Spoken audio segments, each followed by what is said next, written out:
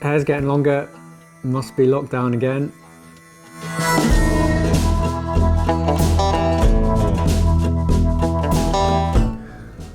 This is take number 20 something or other. I'm finding it very difficult to get going this morning. Welcome to the Shoot and Ride review, January 2021, the first one of the year. It's been, well, we're only a month in and it already feels like it's been a long year. I hope you're hanging in there, guys. We just got to hope that springtime, summertime, we can get out riding again and COVID has done one. I hope you are safe wherever you are. I hope you managed to get on the bike. Oh, my bike batteries are almost dead and I'm loath to put them on a trickle charge because it feels like failure. It feels like if I go in there and put an Optimate charger on them, it's like me saying, yup, I'm not going to be riding you for the foreseeable future, which, yeah, I can't do it. I just can't do it. Which basically means I've got flat batteries but no, even if it means I'm just rolling the bikes out into the yard during sunrise or sunset to get some photos, you know, that's literally the extent of what I'm doing at the moment. I don't know about you.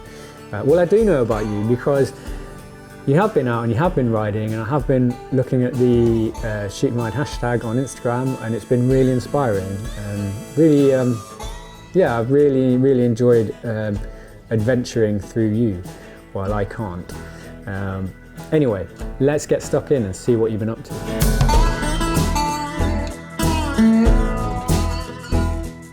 So yeah, so here in the UK in January, we got hit by winter late this year, so it's pretty cold, pretty icy out there. So, so I'm always suspicious of photos that pop up in the feed of bright sunny sunshine. I'm like, that must be an old photo. Unless you're in Australia, and then yeah, lucky you, you're riding in the sunshine. Okay, so here we have Unparalleled Twin. I really like Unparalleled Twin stuff. He's a really regular Shoot and Ride contributor. He's got a beautiful Triumph Scrambler. I've ridden one of these before. I mean, in fact, I used to have a Triumph Scrambler, like the 900, and that was when I lived in London, so 10 years ago now. I loved that bike, but it wasn't a proper dirt bike, and in fact, I traded my fake Scrambler for a real Scrambler when I swapped it for my KTM 450 EXC. Anyway, not here to talk about that. Talk about Unparalleled Twin Scrambler. They're massive. These 1200s. I have ridden one, and I was surprised at how capable it was. And once it's moving, it actually felt really nimble, really light. But my gosh, for someone my size, it's a big bike. But yeah, Unparalleled Twins photos are absolutely majestic. In fact, I think, so a lot of the stuff that he shoots is portrait. So I used to shoot a lot of stuff landscape because that's the way my eye works. I work in TV and film, and that letterbox style is kind of really native to me. And it's taken me quite a long time to make the leap from that to portrait, which is obviously what you see on your phone. But the thing that I really enjoyed is the way that he crops stuff. So I'm looking at his snowy, beautiful scenes. Don't know where. I think he's in the UK. I think you're in the UK. Oh yeah, it must be because he's got a UK plate on it. But yeah, he often uses that portrait crop, and also uses quite a lot this. If you are going to go landscape, you split it into two. So you've got the scroll feature on Instagram, and you see the left side and then the right side of the image. And there's just something kind of really creamy. I'm pretty sure he must use a Lightroom preset, or maybe he's made his own as a filter that you can put on afterwards. But yeah, there's something creamy. I don't know, creamy is the way that I describe it. But I really like it. It's a great looking bike. Yeah, it's got me tempted. I don't know how well it would work in the hard stuff, but in terms of a bike that takes a good photo, it is yeah, it's a good looking bike.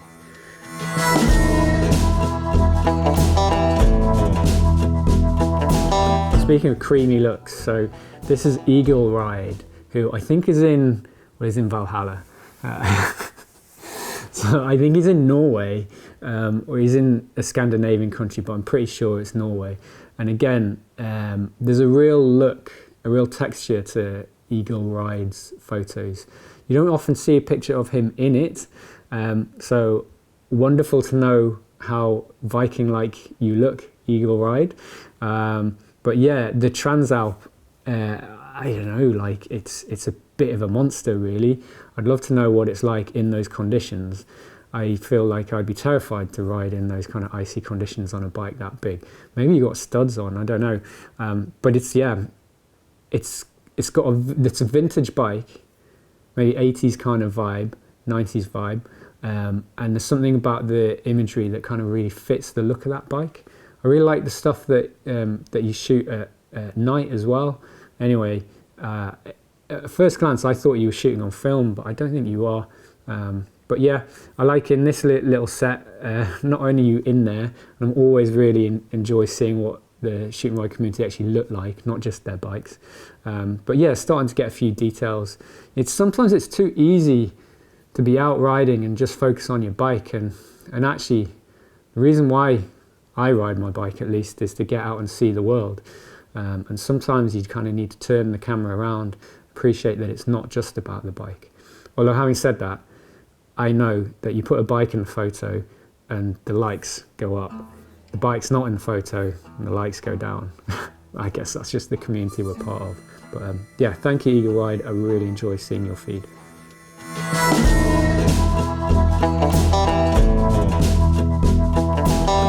Alexander the Great in Norfolk.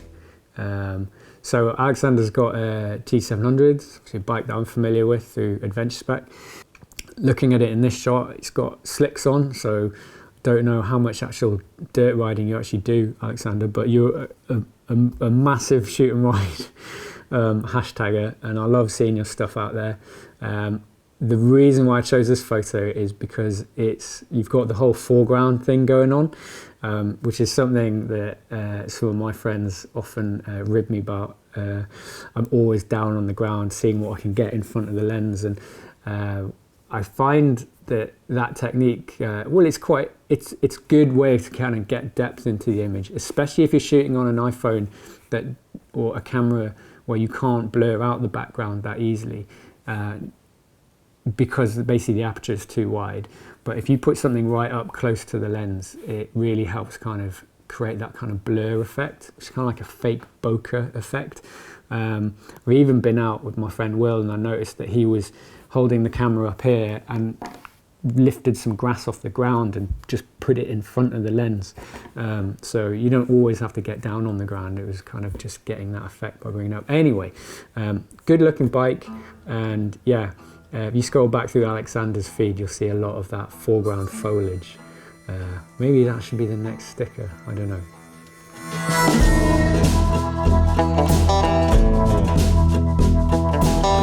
Okay, etr.hardy, you got a feature in the last video. I'm including this one because you've been out on your EMountain Bike, and it's just something that I'm really tempted by. I don't know what the rules are like in the country that you are in, but in England there's plenty of dirt roads to ride, but you've got to link them up by paved roads. So the rules are you can't just ride anywhere in the countryside, you have to stick to kind of green roads.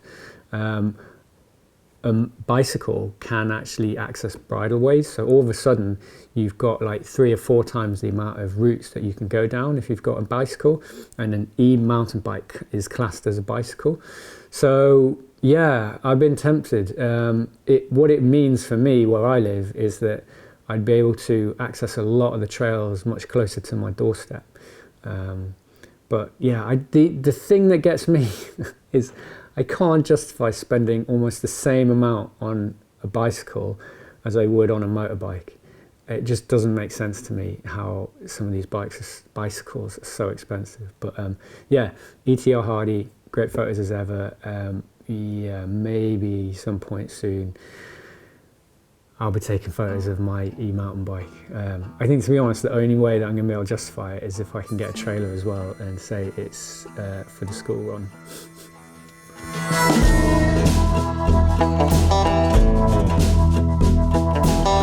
Okay, how on earth do I say this? Cynical soy sauce. Okay, there's soy sauce bit there.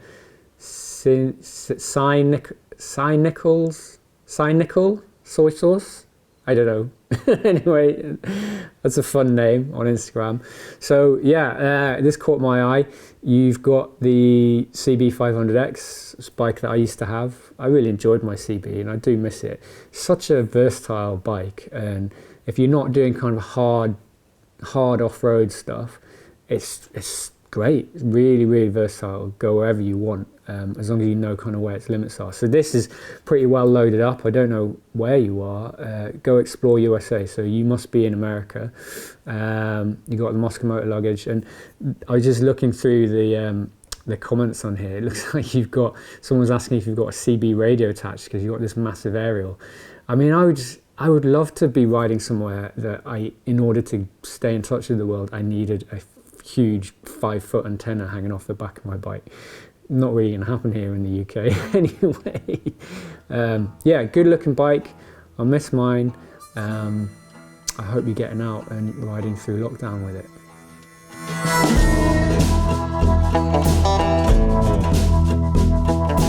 Okay, so in the last video I made, I kind of put a call out to people to do a few more selfies so I could see what you look like. And here we've got It's Riding Time, who's got a really good following on Instagram. I'm really kind of flattered that you choose to hashtag shoot and ride, because you really don't need to.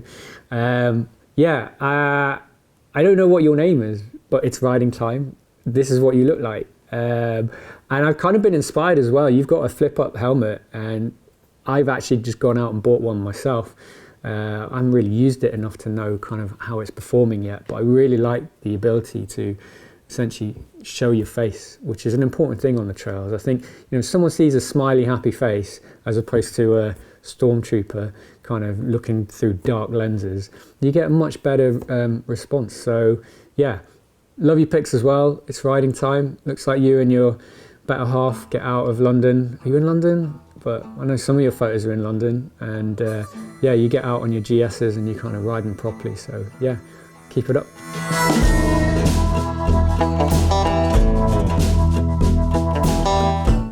Okay, so these guys really don't need any introduction. So the photo here is Vanessa Ruck, girl on a bike. If you are into adventure riding and you're on Instagram, you'll be amazed if you don't know who this is.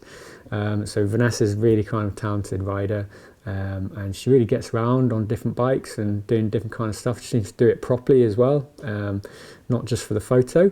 And it looks like Vanessa's been out riding with HP2 Mav. This is like the meeting of two Instagram heavyweights. HP2 Mav is just all over it. I'm so jealous whenever I'm looking at your feed. You seem to be out all the time. So there doesn't seem to be any pictures of kids and family and stuff like that, so I can only assume that you've got complete freedom to indulge yourself in your motorbike adventures, and I am very jealous of that. Yeah, I love, if anyone wants to learn a thing or two about creating a media presence on Instagram, definitely go follow HP2 Mav.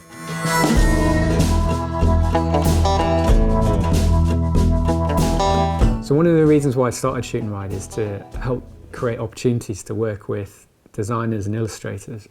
Something I'm really passionate about, bringing kind of creativity into this sector.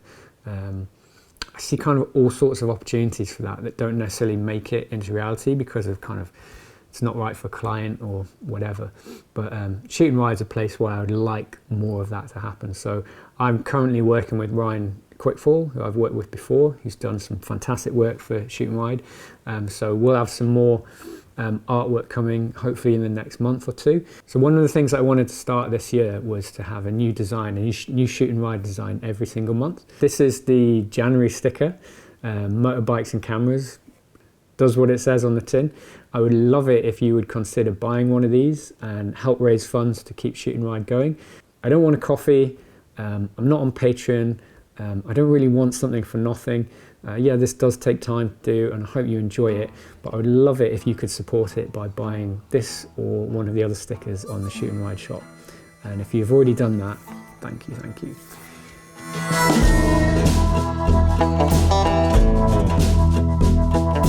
This is one of my photos, Greg Villalobos. This is on the track outside my house. There was quite a lot of snow last week, and just before it went, when it was, we had about like a 3-hour window when the ice started to melt and you could just about get out. So I just kind of jumped on the bike and went out and just had a bit of a mess around. So yeah, I'm going to show you kind of how I took this photo. I guess the first thing to say is that it was a real pain in the arse. Whenever you go out and take photos of yourself riding your bike, it's a bit of a nightmare. That's why on the Shoot and Ride hashtag you see many more photos of bikes beautifully set up on their own against the background, as opposed to actually people riding it. So I used my Canon 5D Mark IV, which is my new eBay new camera, which I'm absolutely loving. I love it because you look through the lens on it. I mean, you can look at the viewfinder, but really it's a photo camera, not a video camera. I use this little tripod setup, which is a Leo Photo MT03. It's a ridiculously expensive, high-tech tripod. You don't really need to spend that much money on one. And the camera's got a Peak Design mount on it. So I've got a Peak Design clip that I can put on my on my chest, on my rucksack. So this mounting plate fits this bracket, which slides on there, and away you go. So that whole rig kind of lives in my tank bag, and this allows me to set the camera up on the ground while I'm off doing something else. So there are two ways to shoot yourself. One way is to simply put it on like time-lapse mode, so it kind of one photo every second, or every half a second, or every 3 seconds, whatever, and you just go off and do your thing, and then you end up with like hundreds of photos that you've just got to go through afterwards and pull out the best one. I really like that way because you can just fire and forget and then just go off and mess around and you see what you have when you get back. In this particular instance, I actually had it set up in a different way. I had my phone in my hand, or not in my hand, but I had my phone mounted to my bike, which was controlling the camera. So I basically had the camera set on a 10-second timer. So the phone was mounted to my handlebars, I hit the button, and then I did my thing. And it took a lot of shots to get it right. And then of course, the things that are different here from what it actually shot, because there's a lot of snow and it was high contrast, I decided to put it in black and white, get that kind of real moody texture. I added a bit of grain to it, and then I tilted the angle. One of the fun things with bikes is quite often the bike is at an angle to the ground, unless you have the bike wedge. But while you're riding, the bike's at an angle if you go around a corner or whatever. So I find kind of you straighten the bike in the photo and it sets the horizon line off at this crazy wacky angle. It can make quite an interesting photo. Anyway, it was good fun to shoot and kind of worth the effort, but it was quite a bit of effort.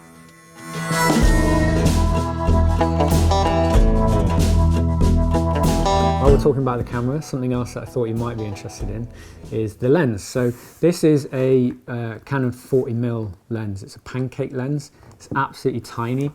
It's really cheap. It's like 200 quid, something like that. It's like the smallest, flattest lens they do. And 40mm is pretty good in terms of it's quite close to what the human eye sees, which is about 50mm. But it's good for portrait stuff. It's not so great for wide angle because it isn't a wide angle lens.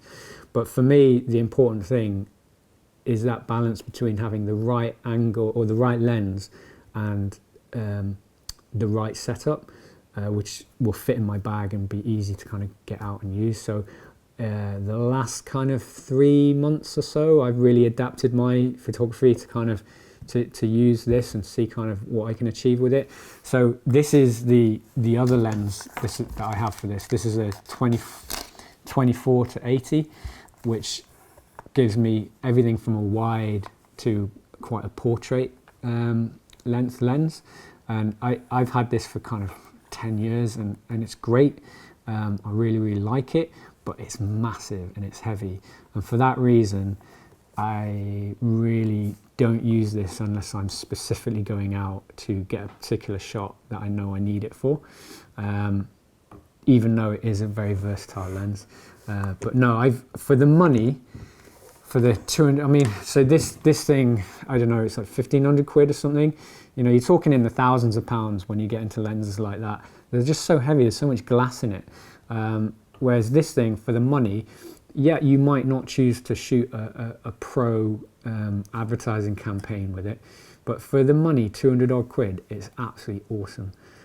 So if you've got a Canon EOS range camera body, such as the 5D, I massively recommend it. I don't think people use it just because it is so cheap, but it's worked really well for me.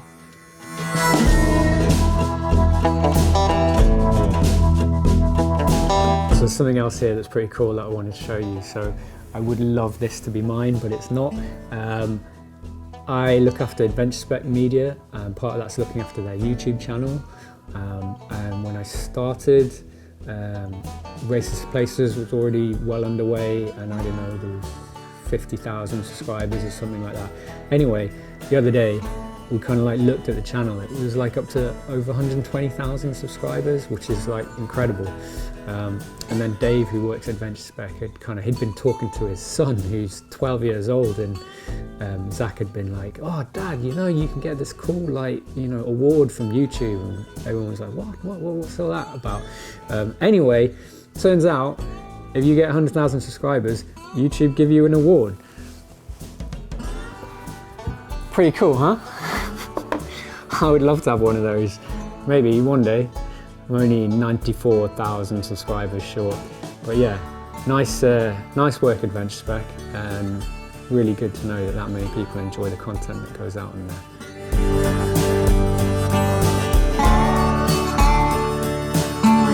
Okay, you've made it to the end. Thank you. Sorry there wasn't very much riding going on. I'm sorry for you, I'm also sorry for me. But hopefully there'll be more in February. If you like what you see, subscribe. If you really like what you see, consider buying a sticker from the Shoot and Ride shop.